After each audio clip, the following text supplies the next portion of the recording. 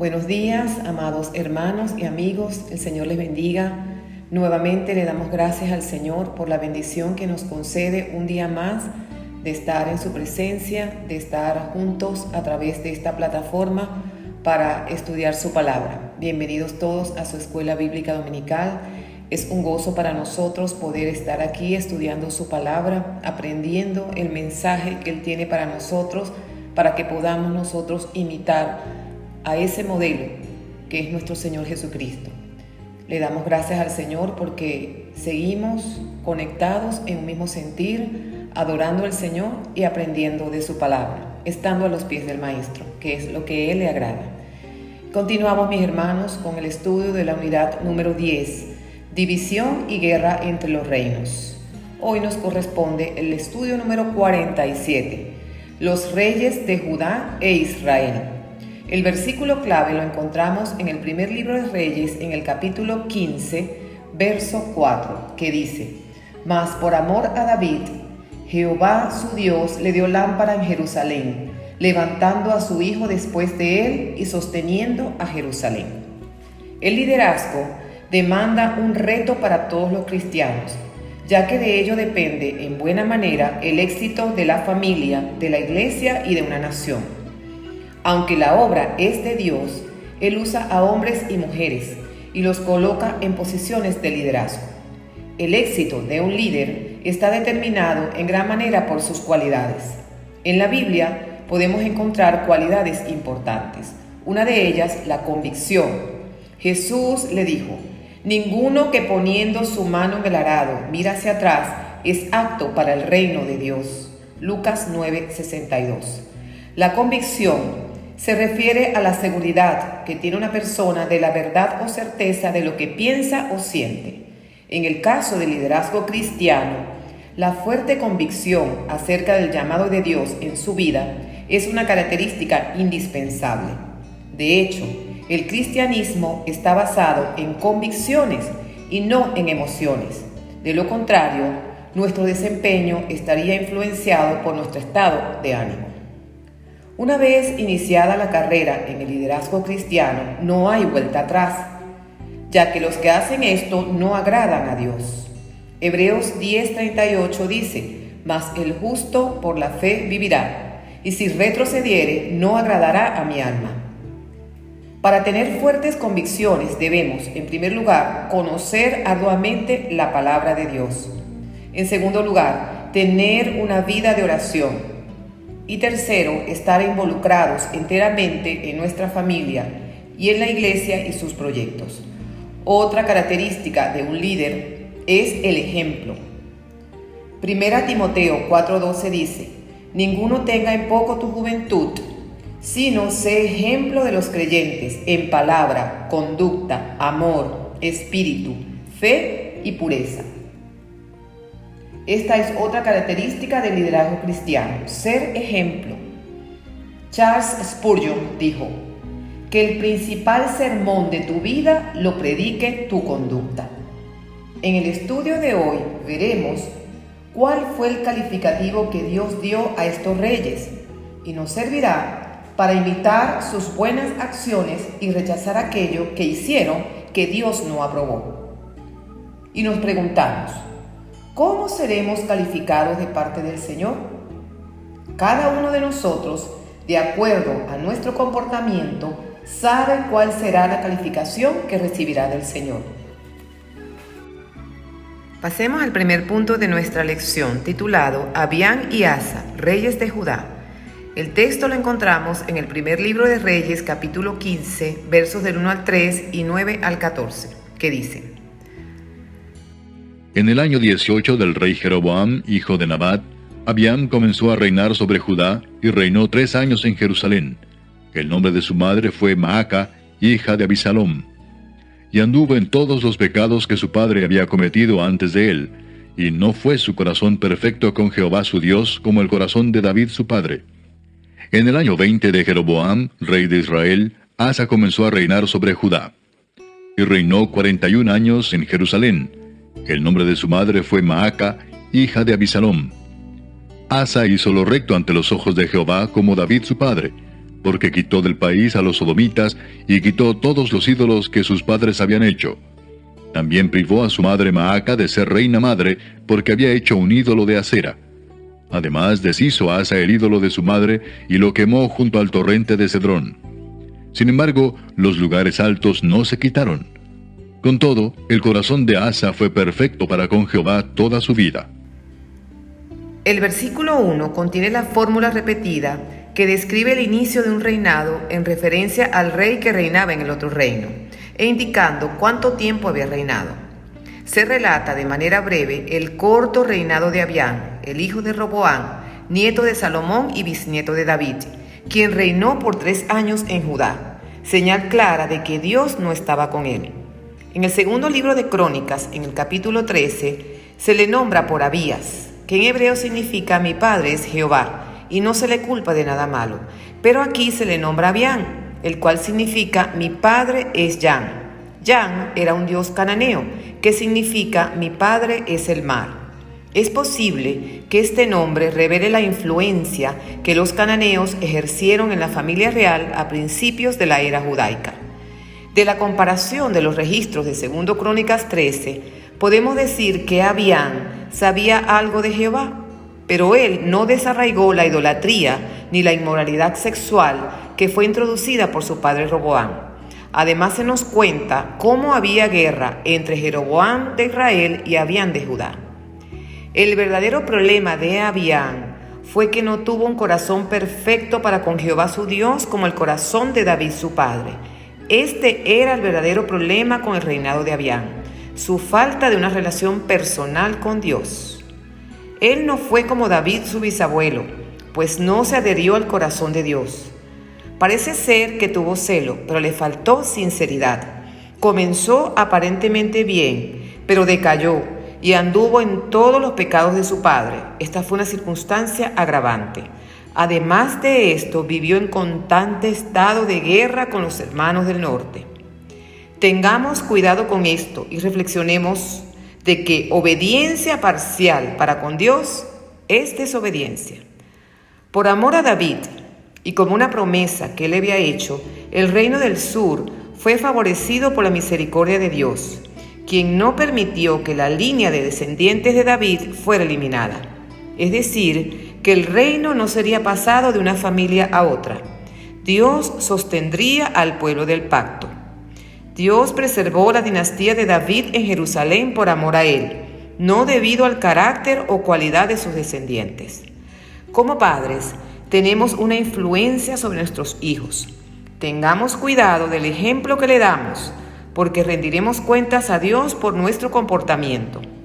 Como líderes en nuestro hogar, en nuestra iglesia y aún en nuestro entorno, tenemos la responsabilidad de dar el buen ejemplo para que seamos dignos de ser imitados.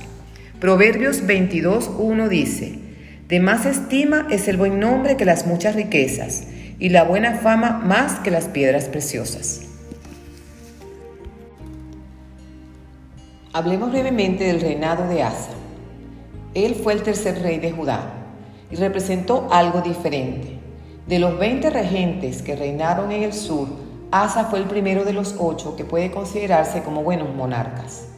Era un reformador y pronto purgó al país de las prácticas idolátricas. El bisnieto de Salomón reinó 41 años y rompió con el esquema anterior de su padre, que fue un pagano e idólatra empedernido. El nombre de su madre fue Maaca, hija de Abisalón. En realidad era su abuela, no su madre. Era común usar la frase hijo de o madre de, aun cuando no fueran hijos directos. Existe la posibilidad que Maaca criara a Asa, por eso le diera el título de madre. Asa recibe el calificativo de parte de Dios, que hizo lo recto ante los ojos de Jehová como David su padre. Dios estaba complacido con lo que hizo. La frase David su padre nos muestra que en la literatura hebrea la palabra padre podía ser utilizada para un antepasado en general, en lugar de referirse estrictamente al padre de uno. David era en realidad el tatarabuelo de Asa. David, en la mayoría de las ocasiones, es el estándar para medir a los reyes de Judá. Asa fue un gran contraste con su padre Abián, quien tomó la decisión de reinar conforme al mundo. Es cierto que los padres ejercen gran influencia sobre sus hijos, pero al final cada quien es responsable por sus errores, porque cada uno toma sus decisiones. Asa hizo reformas importantes durante su largo reinado.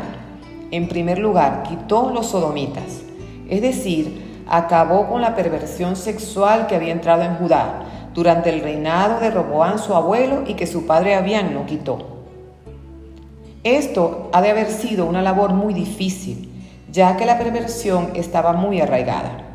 No importa lo que se diga, la perversión ante Dios es pecado y no se puede justificar. En segundo lugar, quitó todos los ídolos que sus padres habían hecho. Sus antecesores le dejaron un reino decadente. Usted y yo podemos quitar la sociedad que hemos heredado, igualmente todas las tradiciones erróneas con la ayuda del Señor. En tercer lugar, privó a su madre Maaca de ser reina madre. Asa tuvo el valor suficiente para incluso actuar en contra de su abuela. Esta había hecho un ídolo en el bosque. Ella era una idólatra y Asa aplicó el juicio inclusive por su casa. Esto demuestra las reformas de Asa. Él fue capaz de actuar justamente, aun cuando su familia estuviera equivocada, y en particular su propia abuela. Era necesario que obedeciera a Dios antes que su madre Maaca, como hizo Pedro y Juan, cuando dijo que era mejor obedecer a Dios antes que a los hombres. Recuerde, Dios debe estar por encima de todo, incluso de nuestras familias. Mateo 10:37 dice: el que ama a padre o madre más que a mí no es digno de mí. El que ama a hijo o hija más que a mí no es digno de mí. Pero hubo una mancha en contra de Asa de parte de Dios, que dice que éste no quitó los lugares altos. Habían dos clases de altares, unos dedicados a Dios y otros a los ídolos. Asa quitó los altares dedicados a los ídolos paganos, según 2 Crónicas 14, 3 y 5. Pero dejó los altares que habían servido en un tiempo como centros de adoración a Jehová y que representaban la posibilidad de desviarse. Lo correcto es que hubiera quitado también los altares altos, aunque sean para adorar a Dios. Dios había establecido un lugar específico donde se le tenía que adorar. En principio fue el tabernáculo y luego el templo en Jerusalén. Con todo, el corazón de Asa fue perfecto para con Jehová. No tuvo una vida perfecta, pero sí buscó agradar a Dios. Dios quiere que le agrademos toda la vida, no en algunas circunstancias. Asa comenzó una serie de reformas con el fin de librar a Judá de la idolatría y hacer que el pueblo se volviera a Dios. Desde entonces, Judá comenzó a gozar de paz y prosperidad, al menos por algún tiempo. Asa fue un buen reformador, tratando de ganar el corazón de su pueblo para Dios. Pasemos al segundo punto de nuestra lección, titulado Nadab y Baasa, reyes de Israel. El texto lo encontramos en el primer libro de Reyes, capítulo 15, 25 al 28 y 33 al 16, 3. Nadab, hijo de Jeroboam, comenzó a reinar sobre Israel en el segundo año de Asa, rey de Judá, y reinó sobre Israel 2 años. E hizo lo malo ante los ojos de Jehová, andando en el camino de su padre, y en los pecados con que hizo pecar a Israel. Y Baasa, hijo de Ahías, el cual era de la casa de Isaacar, conspiró contra él, y lo hirió Baasa en Gibetón, que era de los filisteos, porque Nadab y todo Israel tenían sitiado a Gibetón. Lo mató pues Baasa en el tercer año de Asa, rey de Judá, y reinó en lugar suyo. En el tercer año de Asa, rey de Judá, comenzó a reinar Baasa, hijo de Ahías, sobre todo Israel en Tirsa, y reinó 24 años. E hizo lo malo ante los ojos de Jehová, y anduvo en el camino de Jeroboam, y en su pecado con que hizo pecar a Israel. Y vino palabra de Jehová a Jehú, hijo de Hanani, contra Baasa, diciendo: Por cuanto yo te levanté del polvo y te puse por príncipe sobre mi pueblo Israel, y has andado en el camino de Jeroboam, y has hecho pecar a mi pueblo Israel, provocándome a ira con tus pecados, he aquí yo barreré la posteridad de Baasa y la posteridad de su casa, y pondré su casa como la casa de Jeroboam, hijo de Nabat. Volvemos ahora los ojos a la historia del Reino del Norte y vemos el miserable estado en que se encontraban. Mientras que el reino de Judá era dichoso por el buen gobierno de Asa, Dios les había dicho que serían como una caña que se agita en las aguas, dándoles a entender que su reino sería inestable y que sería destruido por causa de su pecado, al abandonarle y darle la espalda tras otros ídolos falsos. De nuevo se nota que el reinado de Nadab se describe cronológicamente en relación con el de Asa, rey de Judá, de modo que sigue el patrón ya establecido. Lo que llama la atención es que las dinastías en Israel del norte eran muy inestables en comparación con las del sur, ya que hubo 8 dinastías en el norte durante la existencia de una sola en el sur, la de David. Al comienzo del reinado de Asa estaban Jeroboam en el trono de Israel, y al final de dicho reinado vemos a Acab en el trono. Entre uno y otro pasaron 6 reyes: Nadab, Baasa, Ela, Simri, Tibni y Omri, como lo veremos, destronándose y destruyéndose unos a otros. Esto fue lo que sacaron por abandonar a Dios y a la casa de David. Nadab, hijo de Jeroboam, comenzó a reinar sobre Israel. Su reino sobre Israel duró 2 años. Tuvo un reinado muy fugaz. Este hizo lo malo ante los ojos de Jehová. Aquí se explica la razón por la cual no reinó mucho más tiempo. Fue malo. Siguió la vida de pecado de su padre Jeroboam.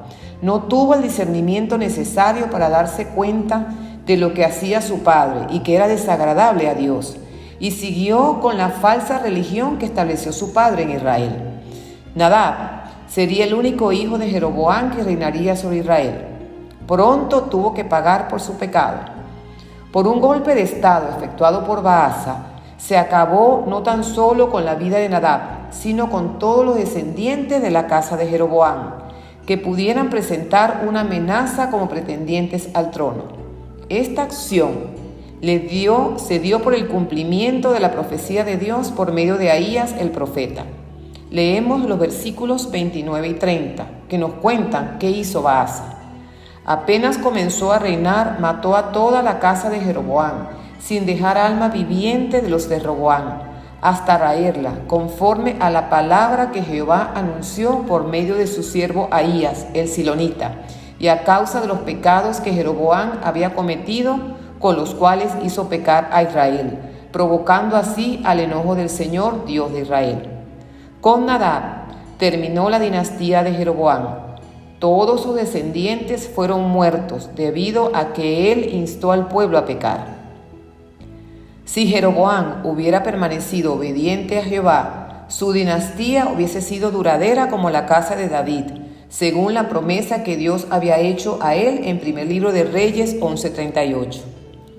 Aprendemos que siempre se juzga el pecado con dureza, pero los peores pecadores son aquellos que llevan a otros a pecar. Jesús dijo en Marcos 9:42 que mejor les sería echarlos al fondo del mar con una piedra de molino. Si usted y yo hemos tomado la responsabilidad de guiar a otros, recordemos las consecuencias que acarrearía si desviamos a las personas de nuestra fe y obediencia a Dios.